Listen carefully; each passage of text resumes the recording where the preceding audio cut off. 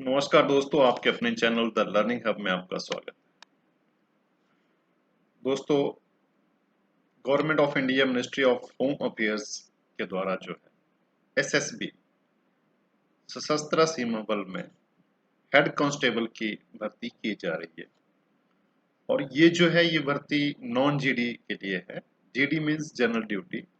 तो इसमें जो है ये जो भर्ती हो रही है ये जीडी के लिए नहीं हो रही है। ये स्पेसिफिक जो है इसमें टेक्निकल एंट्री हम इसको बोल सकते हैं उसके लिए हो रही है। और ये हेड कांस्टेबल की भर्ती हो रही है। जैसे आप नॉर्मली देखते हैं कि जो हमारी फोर्सेस हैं उसमें सबसे पहले जो है जो फर्स्ट एंट्री जो रहती है कांस्टेबल की रहती है, लेकिन ये जो हो रही है ये हेड कांस्टेबल की पोस्ट के लिए भर्ती हो रही है।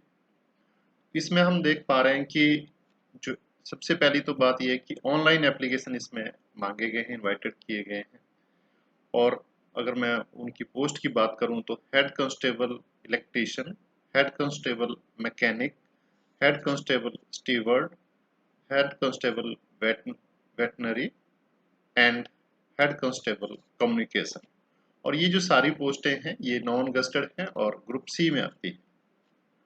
और ये जो भर्ती की जा रही है ये मैं आपको दोबारा से बताना चाहूंगा कि एसएसबी के लिए की जा रही है। एसएसबी एक पैरामिलिट्री फोर्सेस है जो कि मिनिस्ट्री ऑफ होम अफेयर के अंडर आती है, सशस्त्र सीमा बल।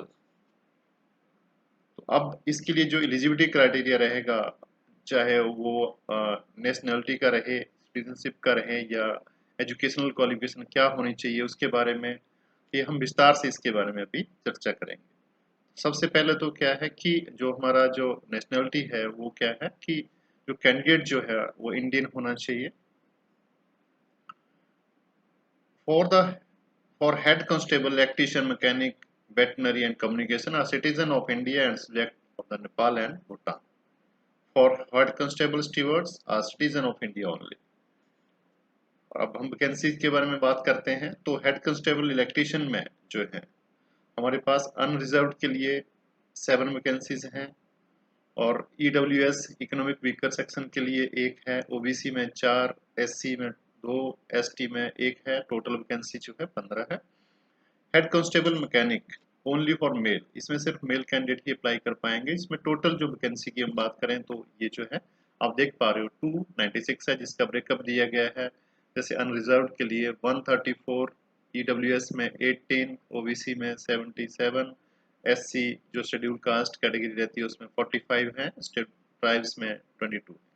इसी तरह से आप देख पाओगे हेड कांस्टेबल स्टीवर्ड के लिए जो है टोटल जो वैकेंसी हमारे पास 2 है यहाँ पे। और इसमें सिर्फ ये दो वैकेंसी जो है ये जनरल कैटेगरी के लिए है, बाकी कैटेगरी के लिए कोई इसमें वैकेंसी नहीं है। अब हेड कांस्टेबल वेटनरी के बारे में बात करेंगे। इसमें जो है टोटल हमारे पास 23 वैकेंसीज हैं। जैसे हम देख पा रहे हैं कि अनरिजर्व कैटेगरी के लिए 13, ईडब्ल्यूएस के लिए 1, ओबीसी के लिए 1, एससी कैटेगरी के लिए 6 एंड एसटी के लिए 2 है। हेड कांस्टेबल कम्युनिकेशन, इसमें टोटल जो है 578 578 वैकेंसीज हैं। सबसे ज़्यादा हैं, आप देख पा रहे हो कि इस ट्रेड में जो है सबसे ज़्यादा वैकेंसीज हैं। और इसमें हम देख पा रहे हैं कि अनरिजर्व जनरल कैटेगरी के लिए 276, ईडब्ल्यूएस के लिए 57, OBC 94, schedule caste SC 94 and schedule tribes के लिए 57 वैकेंसीज हैं। तो ये तो हमारा रहा कि ब्रेकअप की जो ये रिक्रूटमेंट होने वाली है, ये टोटल मतलब कैटेगरी वाइज आपको बताया गया है कि किस में कितनी वैकेंसीज रहने वाली हैं और कौन कौन सी कैटेगरी में कितनी कितनी वैकेंसीज जो होती हैं वो हमने अभी डिस्कस किया। अभी इसमें जैसे हम देख पा रहे हैं कि इसमें 10% जो है vacancies are reserve for ex serviceman. आपको पता है कि जो एक्स सर्विसमैन कैटेगरी जो रहती है कि जैसे एक्स सर्विसमैन अपने जैसे कोई 15 साल या इस तरह से अपनी जॉब करके आ जाते हैं तो उनके लिए भी इसमें मौका दिया गया है। तो 10% जो वैकेंसीज है इसकी वो रिजर्व्ड है for the category of ex serviceman. Application जो है सिर्फ ऑनलाइन मोड से ही एक्सेप्टेड होंगे, मैं आपको बता चुका हूं। और आगे मैं आपसे ये डिस्कस भी करूंगा कि आपने अप्लाई इसमें कैसे करना है।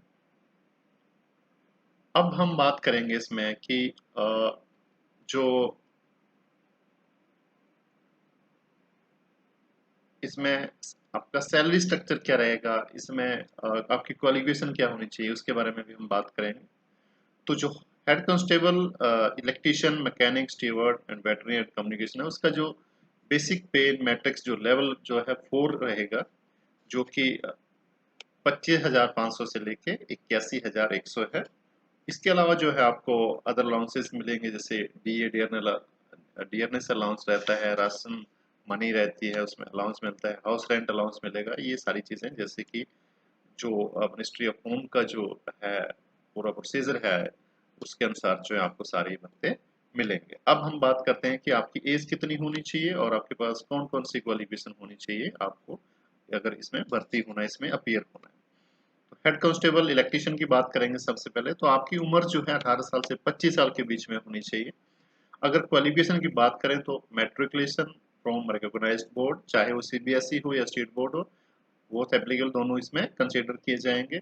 उसके बाद जो है 2 year work experience in respective trade, या आपके पास 10वीं पास आप होने चाहिए और 2 साल का आपके पास एक्सपीरियंस होना चाहिए, या फिर 1 year certificate course from recognised industrial training institute, या फिर आपके पास 1 साल का जो है वो वोकेशनल ट्रेनिंग का जो है आपके पास उस सिमिलर ट्रेड के रिस्पेक्टिव जो ट्रेड है उसमें आपने कोर्स किया होना चाहिए, और विद एटलीस्ट 1 ईयर एक्सपीरियंस, या फिर आपके पास और साथ में 1 साल का एक्सपीरियंस होना चाहिए। या तीसरी शर्त ये है कि या फिर आपके पास 10वीं के साथ 2 ईयर का आपने डिप्लोमा किया होना चाहिए उस रेस्पेक्टिव ट्रेड या सिमिलर ट्रेड में। जैसे कि इलेक्ट्रीशियन है तो इलेक्ट्रीशियन में आपके पास 2 साल का होना चाहिए। तो इसमें 3 शर्तें आप देख पा रहे हो कि या तो आप मैट्रिक और साथ में 2 साल का एक्सपीरियंस होना चाहिए, या फिर मैट्रिक प्लस 1 ईयर का कोर्स प्लस 1 ईयर का एक्सपीरियंस आपके पास होना चाहिए, या मैट्रिकुलेशन प्लस 2 ईयर का आपके पास जो है उसमें डिप्लोमा इसमें रिस्पेक्टिव ट्रेड में होना चाहिए। मस्ट क्वालिफाइड ट्रेड टेस्ट, और आपका जो ट्रेड टेस्ट है उसको आपने क्वालिफाई किया होना चाहिए। अब हम आते हैं हेड कांस्टेबल मैकेनिक में। ओनली फॉर मेल, इसमें सिर्फ मेल कैंडिडेट ही अप्लाई कर पाएंगे। एज जो रहेगी वो 21 से 27 साल रहेगी। और अगर हम बात करें कि इसमें क्वालिफिकेशन की, तो passed matriculation from recognised board, second passed diploma in automobile motor mechanical engineering और 2 year certificate course in automobile, and third जो है इसमें आप देख पा रहे हो कि yes, valid driving licence for heavy vehicle. इसमें 3 चीजें हैं, आपको 2 साल के पास आपके पास डिप्लोमा भी होना चाहिए, आप मैट्रिकुलेट होने चाहिए, और साथ में आपके पास हैवी व्हीकल को ड्राइव करने का ड्राइविंग लाइसेंस भी होना चाहिए। और अगर आपके पास 2 साल का इसमें तजर्बा है, एक्सपीरियंस है, तो वो बहुत ही अच्छी बात रहेगी। अब हम आ जाते हैं हेड कांस्टेबल स्टीवर्ड में। इसमें आपकी एज जो है 18 से 25 साल के बीच में होनी चाहिए। मैट्रिकुलेट आपकी जो क्वालिफिकेशन है वो होनी चाहिए। सबसे पहले तो आप मैट्रिकुलेट होने चाहिए, और आपके पास जो है वो केटरिंग किचन मैनेजमेंट का जो है आपके पास डिप्लोमा या सर्टिफिकेट होना चाहिए। इसके साथ 1 year experience in similar job in a reputed hotel. तो आप या और इसके साथ जो 1 साल का आपका किसी भी होटल में जो आपका 1 साल का एक्सपीरियंस होना चाहिए। अब हम आ जाते हैं हेड कांस्टेबल वेटनरी में। तो इसमें आपकी एज जो है 18 से 25 साल के बीच में होनी चाहिए, और इसमें intermediate 10+2 examination pass with science biology as a main subject. तो इसमें क्या है कि आपके पास 10+2 आपने साइंस के साथ की होनी चाहिए, और उसमें बायोलॉजी भी होनी चाहिए, और साथ में आपके पास जो है 2 साल का जो है veterinary and life stock development में डिप्लोमा होना चाहिए। और डिजायरेबल रहेगा। डिजायरेबल का मतलब ये है कि ये मैंडेटरी नहीं है, लेकिन ये अगर होगा तो और आपकी इसमें पॉसिबिलिटी बढ़ जाएगी, आपको प्रेफर किया जाएगा। तो अगर 1 ईयर का एक्सपीरियंस आपका है इसमें कि treatment of different species of animal in recognised veterinary hospital में जो स्पीसीज रहती हैं अलग अलग एनिमल्स की, उसमें अपने ट्रीटमेंट का एक्सपीरियंस है तो बहुत ही अच्छी बात रहेगी। अब चेक हम आते हैं नेक्स्ट पे। हेड कांस्टेबल कम्युनिकेशन एज रहेगी 18 से 25 साल। इसमें आपके पास क्या होना चाहिए कि इंटरमीडिएट और equivalent pass in science with physics chemistry and mathematics. तो आप जो है 10+2 आप पास होने चाहिए साइंस स्ट्रीम नॉन मेडिकल में, या फिर should have a 3 year diploma in electronics communication and computer science और आईटी, या फिर आपके पास 3 साल का डिप्लोमा होना चाहिए जो कि 10th के बाद होता है, वो होना चाहिए। तो ये हमारी अभी मेन जो बातें थी कि वैकेंसी कितनी होगी, पे स्केल क्या होगा, उसके बारे में हम डिस्कस कर चुके हैं। एज क्या होनी चाहिए आपकी, उसके बारे में भी हम वो कर चुके हैं। ठीक है, last date of receipt of application, तो ये जो रहेगी ये 30 दिन, जैसे कि पब्लिकेशन डेट जो रहेगी एडवर्टाइजमेंट की, उससे 30 दिन के बीच में आपको इसमें अप्लाई करना है।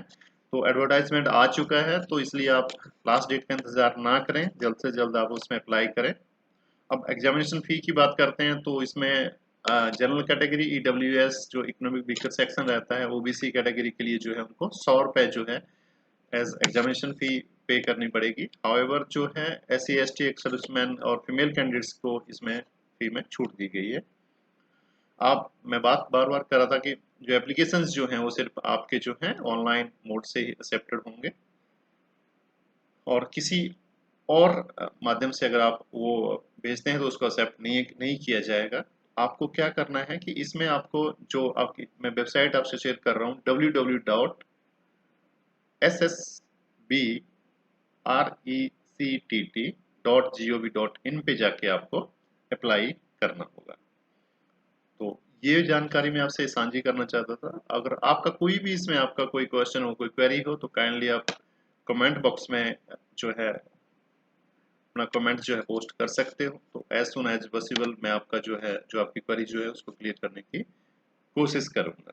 तो दोस्तों ये था आज जो मेरे को लगा कि इम्पोर्टेंट जो है आप लोगों से, क्योंकि जिनमें सेना में जाने का हर बंदा नहीं चाहता कि मैं सेना में जाऊंगा, लेकिन जिनमें जज्बा होता है वो ट्राई कर रहे होते हैं कि हाँ कहीं न किसी तरह से किसी फोर्स में उनकी एंट्री हो जाए। तो ये बहुत अच्छा मौका है।